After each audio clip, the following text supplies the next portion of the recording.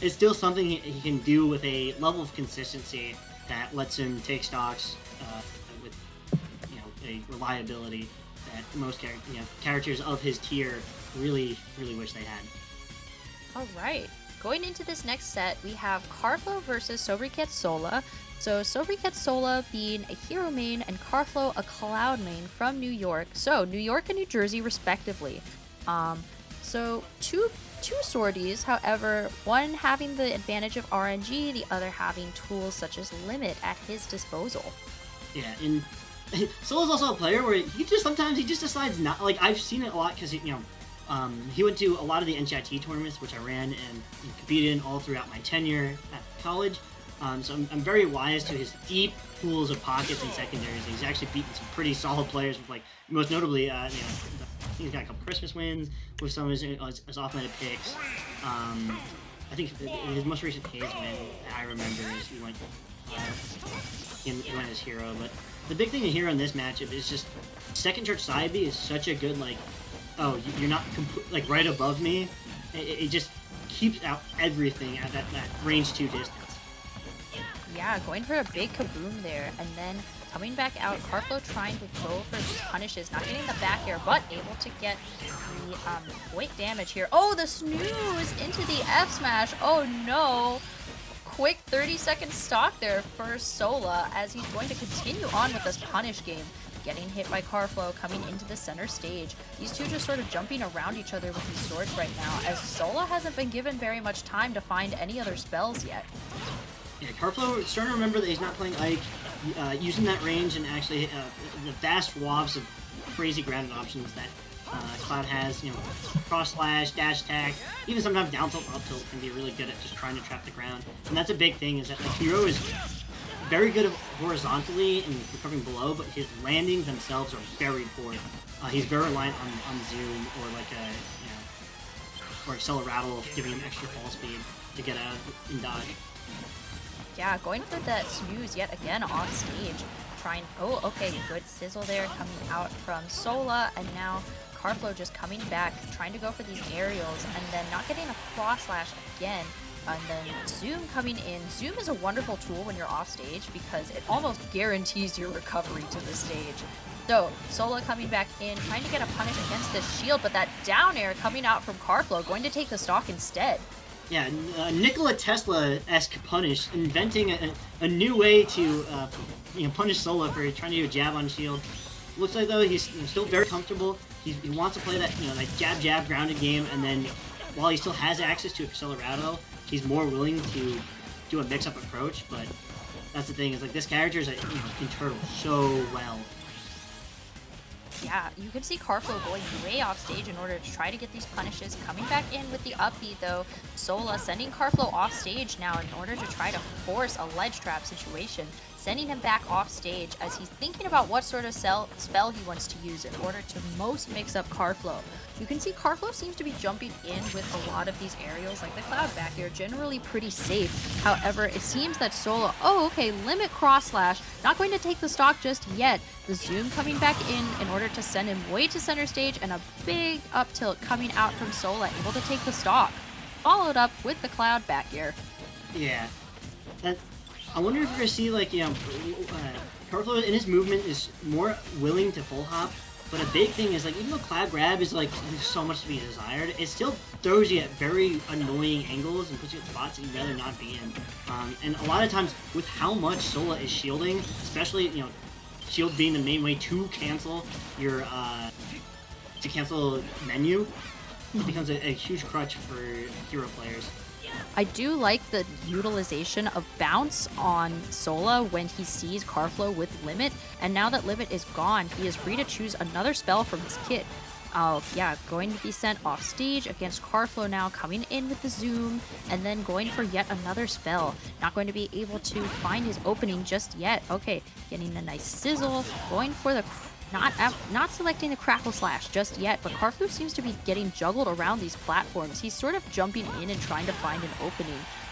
Yeah, going to get a punish there, coming to the ledge here, and then getting thrown off stage instead when he opted for the shield. So getting tomahawked there as these two are sort of running around. Actually, Sola rather opting to stay in place, getting hit with that cross slash or limit cross slash, not going to be punished for it due to the shield, and now two of them jumping around each other, able to shield that down air.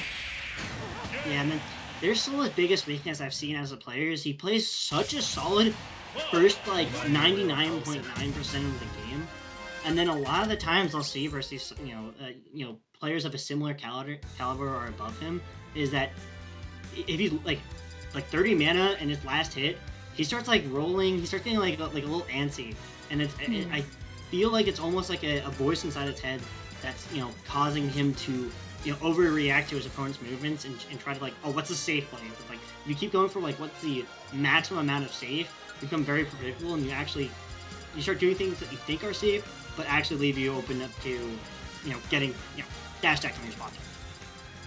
Yeah, for sure. I really do think that it's playing patiently when you're down in terms of mana, because although Sola rather doesn't have the same options without mana, he is still a swordy character, and there is stuff that he can do in order to sort of punish a whole lot from another sword character such as Cloud, especially being able to find his timings off stage rather versus Cloud when he's in disadvantage like that.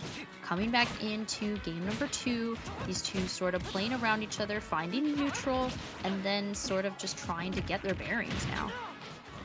Yeah, that's quick 0 to... Alright, never mind, just a straight up stock. Again, with Sola putting himself in positions where it's like there's one frame where you could just go Blender Explode. Yeah, wonderful utilization of the Cloud Fair, actually able to get a really quick stock, the way that it sends you straight down into the blast zone. Jumping back in against Karflo jumping back in rather against Sola, as Sola is trying to find something, despite being a little bit low on mana now, able to be punished here, jumping over the blade beam from Sola, and now jumping in and sort of rolling a little bit too much here, able to send Karflo off stage now, going for the fair, and now going for the flame slash against him. Yeah, it feels like he finally has his sensibilities and way of flow. We're seeing a lot more, coverage off a horizontal with just Firaga or whatever the little fireball stage 1 is. But it's just a lot of like a more patient, more like kind of floaty gameplay that we're more used to and accustomed to when we see Sola, pull up and pull out. Yeah, for sure. Karflo here with limit online, though. The zoom coming out from Sola. As you can see here, Karflo just trying to find a punish.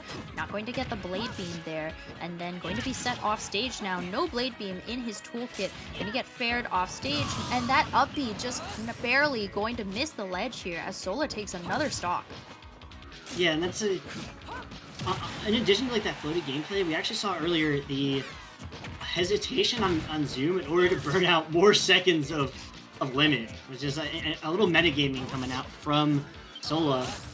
He has the psych up, he has this double buffs, all about kind of playing to your character's strengths. It's like if you jump into me and I read it, I win. Yeah, I do like seeing Sola being able to utilize this game knowledge though, as well as having the awareness in order to know to time out the limit as best he can. But the kamikaze, all right. Yet another game here. So one game on the board for Sola now as he's going over the stages. So bringing us to a game 3. Yeah, for all the slimes back home, he pulls up like Michigan, and we see Karflo getting slimed by that kamikaze. That was a big thing. Is that like, especially when you see kamikaze on that, you just kind of have to respect it, especially when they're up a stock. There's a lot of defensive movement and just making sure you're in the air simply because if they decide not to do it, you can still on reaction punish it. But if they end up pressing that kamikaze, you can on reaction air dodge away. Yeah, unfortunately, Karflo was just too close to avoid the giant hitbox of kamikaze. Coming into this game number 2, these two are getting started off with neutral and actually some pretty quick damage on the board for Karflo here. He's continuing to send Sola off stage, going to go for the up B and not the zoom, and actually going to lose that stock there to Karflo.